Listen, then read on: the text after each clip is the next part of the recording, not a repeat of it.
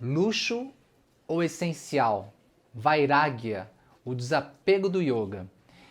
Eu queria contar uma história que foi uma das histórias que mais me marcaram durante todas essas minhas viagens pela Índia. Foi o festival de Shivaratri em Katmandu, no Nepal. Shivaratri é conhecido como a grande noite de Shiva, que você celebra ela passando a noite inteira fazendo cantos, fazendo cerimônias em nome de Shiva. E aí nesse festival é mais ou menos assim, seria como vários homens santos, os babas, né, como eles são conhecidos, eles se encontram, seria uma grande conferência de babas. Então eu estava num lugar chamado Pashupatinath, que é uma montanha. Essa montanha, na verdade, ela é um cemitério. E embaixo passa um rio, e esse rio tem um crematório. E do lado desse rio tem um templo, que é um dos templos mais antigos, porque é um lugar muito antigo, muito famoso, onde as pessoas vão lá. E é como se fosse uma grande oportunidade elas poderem falecer, morrer ali, fazer a sua passagem de vida naquele local. Na Índia tem um outro local, que é Varanasi, que também é conhecido por esse local onde as pessoas buscam serem cremadas, né, fazerem a passagem nesse local. E no Nepal você tem Pashupatinath. Então tem essa montanha onde é celebrada essa grande noite de Shiva. Então você tem um encontro de vários babas. Os babas vão todos nesse lugar, que é um lugar sagrado, considerado um lugar de Shiva. Né? Pashupatinath foi uma das manifestações que Shiva teve. Então esse local é dedicado exclusivamente a Shiva. Então os babas vão lá celebrar essa noite em Pashupatinath. Então eu tô lá e eu conheci um baba. Um baba super incrível, né? Daí você fala assim, baba, né? Eu tive esse daí, quando eu não conhecia, eu conheci eles lá. Aí você pergunta, baba, qual é o seu nome? Aí ele fala, baba. Baba do quê? Ele falou, só baba.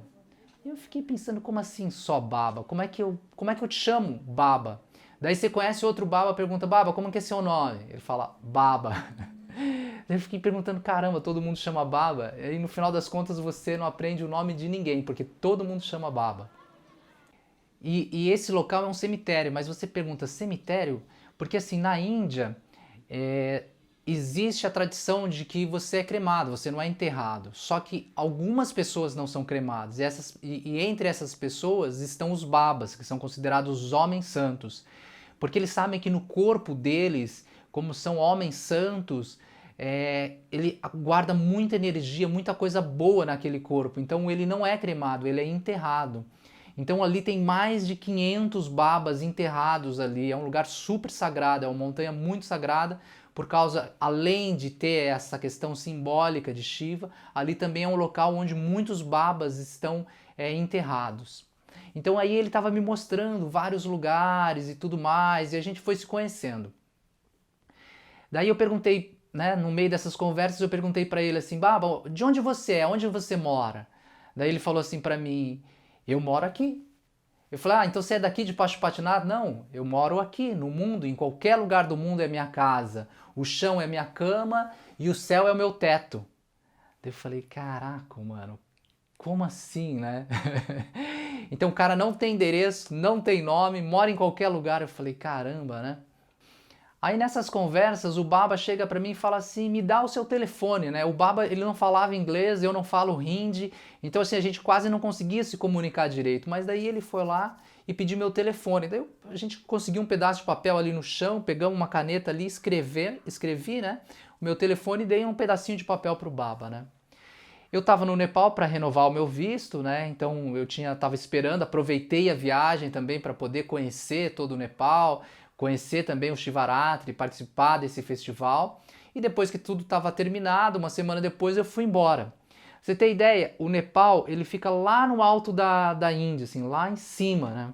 E eu morava lá no sul da Índia. Seria quase como você tá em Manaus e eu morar no Rio Grande do Sul, assim, é uma distância enorme, né? De trem dá 2 dias de viagem de trem, entre você sair da Índia, cruzar a fronteira, pegar um outro ônibus que esse ônibus às vezes leva 12 horas, assim, se você olhar são cento e poucos quilômetros, mas você está subindo os Himalaias, né?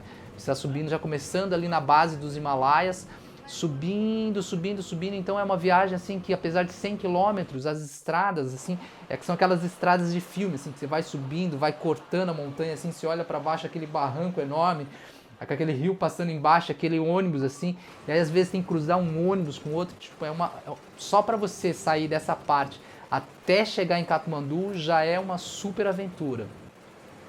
Aí eu conheci o Baba, tudo mais, peguei a minha mochila e fui embora, né? Um mês depois eu recebo uma ligação. Daí tem um cara falando inglês, que tem um Baba aqui que quer falar com ele. Eu falei, caramba, quem é esse cara, né? Daí ele tava me explicando que o Baba, que ele conheceu esse Baba e esse Baba pediu para usar o telefone dele, né? E aí ele falou, ó, o Baba tá aqui. Eu falei, aqui aonde? Eu morava em Cotim na época, né? Ele falou, o Baba tá aqui em Cotim. Eu falei, em Cotim? Aonde eu moro? Daí eu falei, como assim, caramba? Eu conheci o cara lá um mês atrás no Nepal, agora ele tá aqui em Cotim. Aí ele falou, ele disse que tá viajando pela Índia, parou aqui pra vir te visitar. Eu falei, caramba, o Baba saiu lá de cima do Nepal, tá aqui onde que eu tô e veio me visitar. Daí encontrei o Baba, ficamos felizes.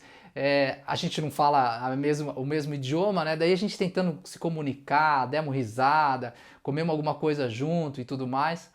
Daí o Baba virou pra mim e falou assim, você tem telefone, né? Telefone. Daí eu falei, tem o telefone. Daí ele falou assim, ó, liga pra essa outra pessoa que agora eu tô indo pra esse outro lugar. Eu falei, caramba, vou indo pra outro lugar, né? Daí ele pega... Na Índia a gente usa, é quase como se fosse uma saia, chama dhoti, né? É um pano enrolado que você prende ele, assim, é só um pano comprido que você se enrola nesse pano, é uma saia, né? E o Baba sempre anda de dhoti, né? E ele tinha um outro pano que ele usa como se fosse uma bolsa, né? Então às vezes ele usa esse dhoti, quando ele precisa lavar ele usa o outro dhoti, né? Então ele tem dois dhotis que ele viaja, tudo que ele tem é o que ele carrega com ele, porque ele não mora em nenhum lugar. Ele não fica carregando uma mochila cheio de coisa, ele não carrega um monte de dinheiro, ele carrega só o que ele tem. Daí ele pegou aquele dhoti lá, ele abriu, e eu achei muito interessante, porque tinha um lugar do dhoti assim, imagina que é um pano grande, ele coloca as coisinhas dele e dá um nó. Então fica naquele pano, fica com aquele nó preso com todos os pertences dele. Daí ele desfez aquele nó, né, tirou, e aí tinha uns papeizinhos. Tinham vários papeizinhos assim. E entre aqueles papeizinhos ele tirou, era aquele papel que eu tinha dado para ele com o meu telefone. Ele guardou o mesmo papel. Durante todo aquele período ele não passou a limpo num papel novo. Aquele mesmo papel que a gente achou no chão, pegou e eu escrevi o meu número de telefone, era o mesmo papel que ele guardava. Daí ele tirou vários papéis com vários telefones. Eu fiquei olhando para aquilo, daí você via assim guardanapo, você via pedaços de jornal. Onde ele encontrava a pessoa e ele gostava da pessoa, ele pedia o telefone da pessoa e ele guardava exatamente como a pessoa deu para ele. Exatamente. Então tinha aquele papelzinho guardado, o número de telefone. Eu achei aquilo assim impressionante. Tá? E aí aqui eu queria começar a falar sobre essa palavra vairagya, o desapego, essencial ou luxo, né? O que eu aprendi durante toda essa viagem, durante toda essa experiência, por que ela me marcou tanto, né? Então, primeiro, nome. Você já imaginou? Nome, o quanto a gente não defende o nosso nome, o quão importante é o nosso nome. Quando alguém fala mal de você, o que significa isso para você? O seu nome está sendo denegrido. E o Baba não tem nome. Então, essa é uma forma, essa é uma tradição que eles seguem na Índia. Então você vai ver vários, se você já viajou pela Índia, você já viu alguns deles. E muitas vezes eles passam totalmente desapercebidos ou eles parecem alguns mendigos andando na rua. Você acha uma coisa meio intrigante, assim, porque muitas vezes eles estão andando descalços, eles não usam chinelo, sapato, não usam nada, só usam às vezes só esse pano na cintura, sem camisa, andando assim, andarilhos na rua. Existe uma outra tradição de babas que são chamados os Nag Babas, que nem roupa eles usam. Eles andam pelados. Então, às vezes, você está em Varanasi, Varanasi é mais comum de encontrar os Nag Babas. Daqui a pouco você vê um cara andando pelado assim na rua. Outra coisa que é interessante dos babas, que eles também, alguns deles, né, não fazem barba e não cortam cabelo.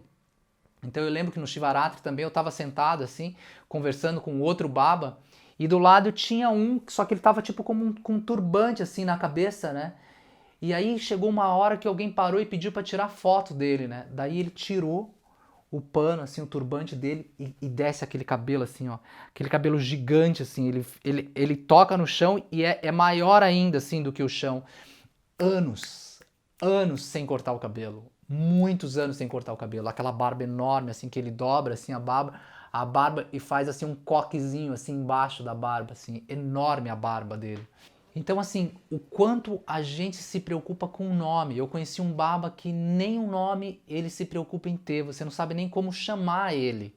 Né? Ele abriu mão até mesmo do nome dele. Algumas escrituras indianas, existem algumas histórias em relação a elas, assim, mas não se sabe quem escreveu. Quem escreveu essa escritura? Quem é o autor? Não tem autor. Não tem nome. Né? Como assim? Não tem nome.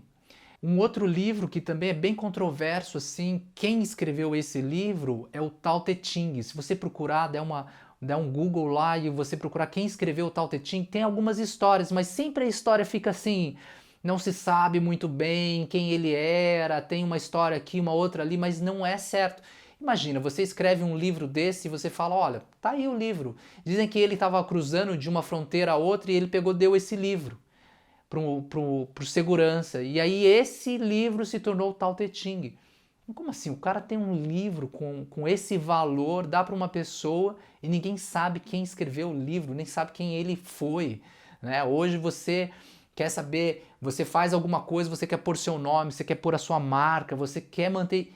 E eles não se preocupam com essa questão do nome. A outra coisa que me chamou muita atenção é a gente tem alguns valores, né? Nome, dinheiro, poder, conforto, sexo.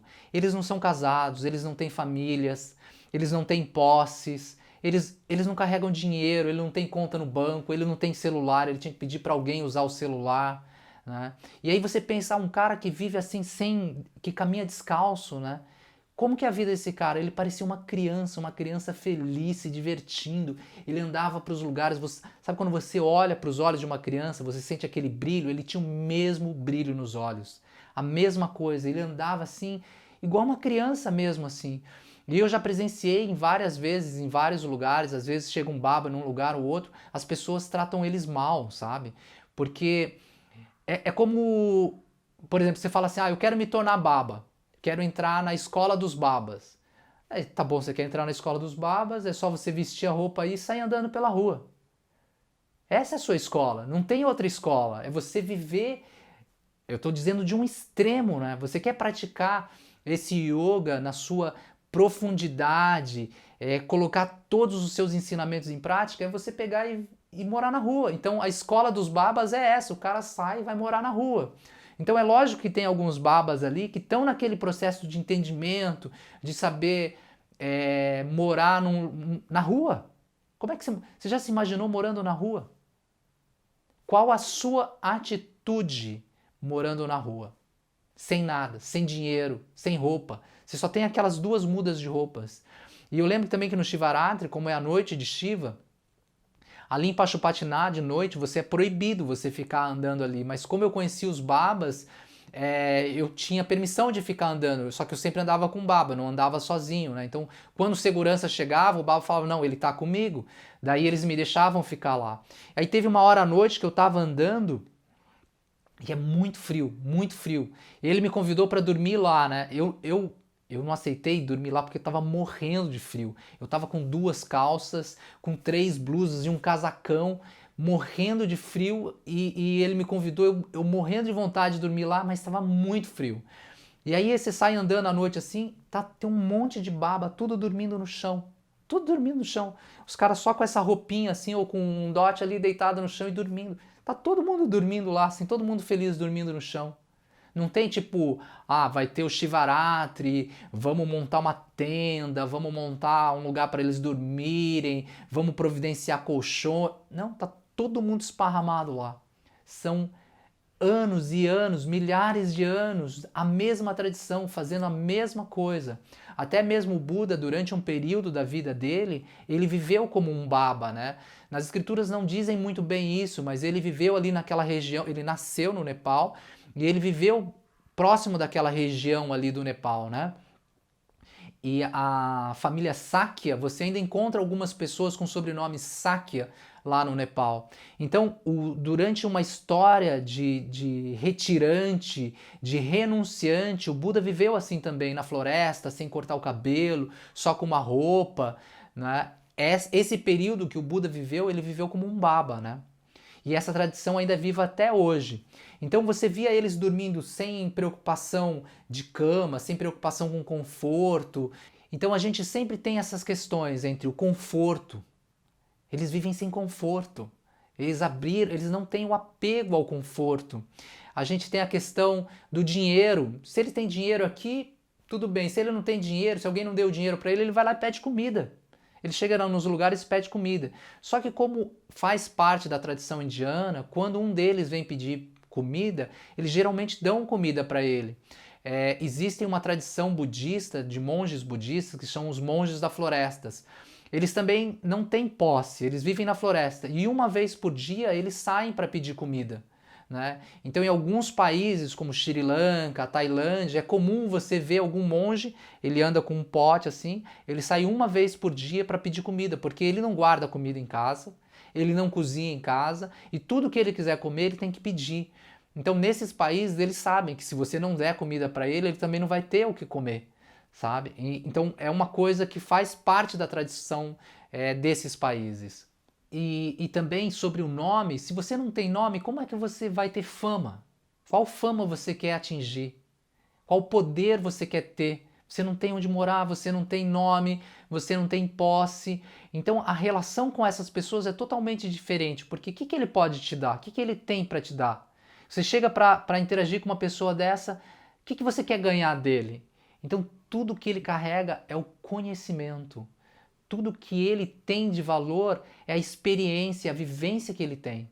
E aí vem esse grande aprendizado que eu tive durante esse pequeno período, essa pequena oportunidade de conhecer esse Baba. O que é essencial e o que é luxo. Eles vivem num extremo. O Buda até fala um pouco sobre esse extremo, mas são tradições diferentes. Para a gente talvez isso seja um extremo, para eles isso é totalmente normal. Totalmente normal. Né? O que é um extremo? Vamos falar de roupa. Né? Essa camiseta aqui eu comprei lá no Nepal, já está até velhinha ela, assim, mas eu adoro ela, assim, eu sempre uso ela. Né? O que é essencial?